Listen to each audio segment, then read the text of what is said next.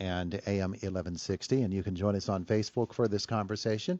Steve Kline, the new baseball coach at IUP, joins us. Our conversation brought to you by Marcus & Mack, a law firm representing injured people. Coach, good morning. Good morning. Good to have you here with us in the studio. Indiana.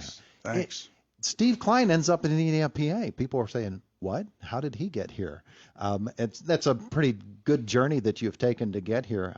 11 years in the major leagues, a lot of years coaching, and particularly in the Giants system, and a lot of guys have been through the pipeline. How is it that you ended up here at IUP? Just a great opportunity to come here and coach baseball the way I wanted to coach it, and I was fortunate, that it's close to, my grassroots of Pennsylvania, and I thought, wow, this is an opportunity to always come back home, coach somewhere around Pennsylvania. And I'm 2 hours away. I'm over from Lewisburg, Pennsylvania, but like I said, this was a great opportunity. This is a great school, great everything. So I'm excited to be here. Well, it's kind of interesting. Pennsylvania baseball is different from baseball where they're able to play it 12 months out of the year, Florida, California, and some of the southern states.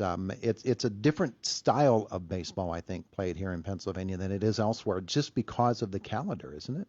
Yeah, like you said, it's so cold. Like when they start their season, they only play like 20-some games in high school. But this travel stuff has taken over some huge. The industry just got huge from it, and I think that the way they've done it, you get to see all these kids play now. I mean, they're traveling all over the country playing, and it's good for some of the kids. And some of the kids, I think, also stay fresh when they don't have to play 85 games like they do down south every day. These guys can stay here and they play 3 sports. That's what the best thing about the Pennsylvania kid is they were 3-sport athletes usually coming to play these things. Everybody looks for that. As a coach, I look for it all the time. The kids I coach in professional sports, the ones that are usually the ones that keep moving on and usually play a couple other sports besides just baseball, not just a baseball player only. And it pays off dividends. And like I said, this is such a mega for me because I love I coach high school wrestling. I loved it, and then this is like the birth of it out here in the Pittsburgh area, and stuff. So I'm excited about just seeing some high school wrestling. Was that you in high school? Were you the multi-sport athlete? Whatever the season was, Steve Kline was playing it? Yeah, I played 3 sports in high school. So I loved it. And that's, like I said, baseball was probably one of my least favorites at the time because it was always, you never liked practicing baseball. You always wanted to play the games. But because you stood out there in the cold middle, March and stuff, and it was like, snowflakes coming down when your first game's coming. But when you got older, I was like, wow, just understanding the chess match and all that stuff kind of intrigued me about the baseball side. Football was more just be aggressive, smack somebody, hit some people, you can get some aggression out. Basketball was, a smooth and, like it was a fun sport to play because you can always just go and shoot and do whatever you want around. Baseball, you have to have, someone else to play catch with and throw to you. So it was, a little bit harder to practice when, like in January and February. But as I got older, you just loved, like I said, the chess match of it. And then it just intrigued me a lot. And you realize how everybody moves at some different spot on the field. You're never standing still. Tell me about coming to IUP and actually learning that the position was going to be available and then making yourself available for that. How did that all come about? Well, no, I was just I saw it and I was like, wow, this is pretty cool. I get to I said I may just apply because I know Todd Garzarelli and his brother Lou for a long time. That's and I was like, wow. I mean, what do you think? Maybe I should try for this and.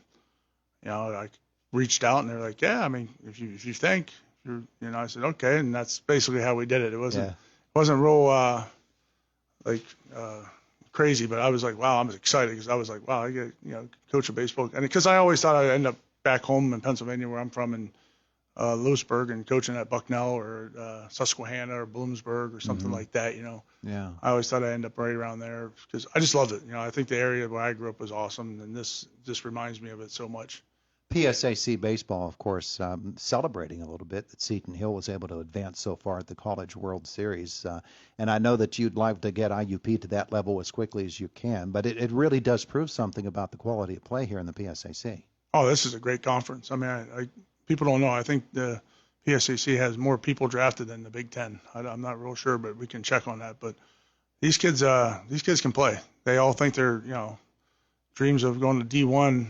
And then they come back and you get some really great kids here. from that transfer back in. But you also just get kids who want to come because the education's so good, and the atmosphere in the small towns, and and that's what intrigues me about the whole campus, and it's life right here. This is so much. It's gonna be so much fun. I'm really excited about it. I think one of the interesting things as well, we were just talking to John Moses with the Altoona Curve, the Pirates AA team, and we were talking about the kid that pitched yesterday. He's a kid named Jeff Passantino.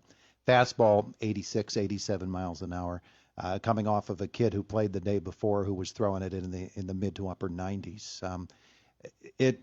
Baseball player is a baseball player, and maybe that 96 mile an hour kid isn't as available at the PSAC level, but the kid in the mid 80s and low 90s probably is. And one of the things that we don't understand as much as you do, because you've worked with them so much, is these are young bodies that are still developing once the coaches get a hold of them, and so that opportunity begins for you at IUP. Yeah, we just played the Altoona Curve. They came down and whooped up on us in Richmond. So they were pretty good. Like I said, I saw both of those guys pitch that you're talking about, and he has a sneaky fastball. He's only he's like 5'10". He looks like a little pulling guard. And but the kid can play, he can hit, he can do everything, and that's what you're looking for. I mean, as a coach, you give me a guy who throws 97. If he can't throw a strike, I can't use him. He's kind of useless. So that word potential gets thrown around a lot, and that's what gets dangerous. That I look for a guy that I would put in the ninth inning of a World Series game. I said, which guy do I trust? If I give him the ball, he won't, flake out and throw balls all over the place. Right?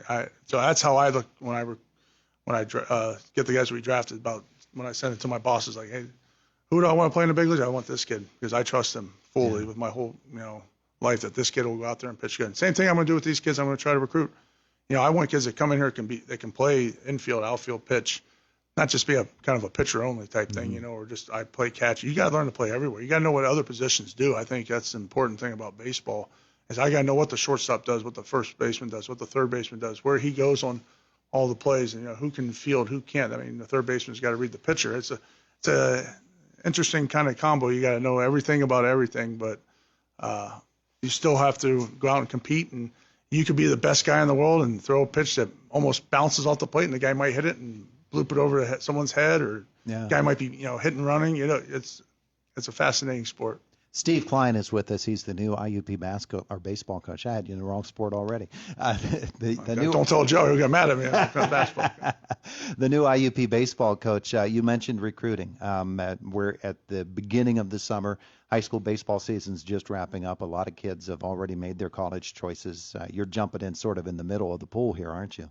Yeah, I'm going to go over to Du Bois today. Right now, there's a PBR event going on over there, so I'm going to, as soon as we're done talking and having fun with this interview, we're going to pop over to Du Bois to watch these kids, all these 2022s and 2023s, go at it. So I'm excited about that, and I get, then I'm going to try to head down to York today to see the quarterfinals for the Redland and those guys in that area, and then I got to go to Somerset, New Jersey tomorrow for my regular season with the Giants yet. So I'll be all over. Like I said, it's fun. That's the best thing. I get to see baseball all day. It's something that you love to do. In your big league career, you were known for your ability to hang around. I mean, you had the basic rubber arm, and were always available. Those guys that are available to you as a coach or as a manager, they're so important and so valuable to a team, aren't they? Yeah, you need grunts. You need people who are just going to do the little things every day.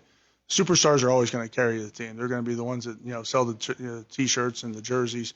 You need that guy who can just be a guy that you can rely on, the accountability type guy. Just someone who you can throw out there and say, hey, I trust he's going to be. I don't even have to ask if he's ready today. I know he's going to be playing for me.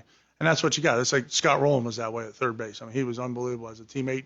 This guy was out there every day. Larry Walker. I mean, these guys were just warriors, and they battled. And I mean, Pujols, when I played him, he didn't take a day off. Barry Bonds never liked a day off. At the end, they told him he had to take it, but he never wanted it. And that's what I'm saying. Like, that's what baseball players are. We're creatures of habit. We don't like having days off because the whole Wally Pipp story, right? So everybody knows that story. So we still use that to these kids today. Even though probably half of them don't even know who Wally Pipp is. Half of them don't know who Lou Gehrig was. That's disappointing that they don't understand. The first thing I taught all my players: you read the media guide, know everything about your sport and about your the team that you're coming into. So they better.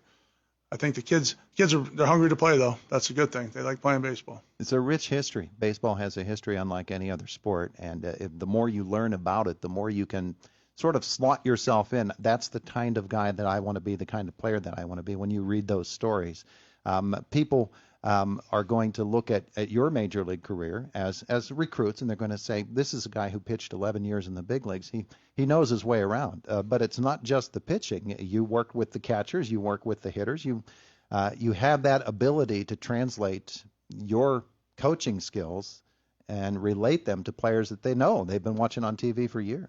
Yeah, I mean that's one of my best tools for recruiting is I know everybody at the level you want to go play at. I mean, I basically know every scout, every coach, every organization pretty well. I mean, if you want to come here and you want to keep going up to the next level, this is where you want to come to. I think that I can teach some really good pitching. I had some really good coaches in my past that taught me some stuff. I had some great managers that, I think I got Tony La Russa and Bruce Bochy's going to be in the Hall of Fame soon. And then, I think Felipe Alou should be in the Hall of Fame. I think they're three of the best coaches I ever had.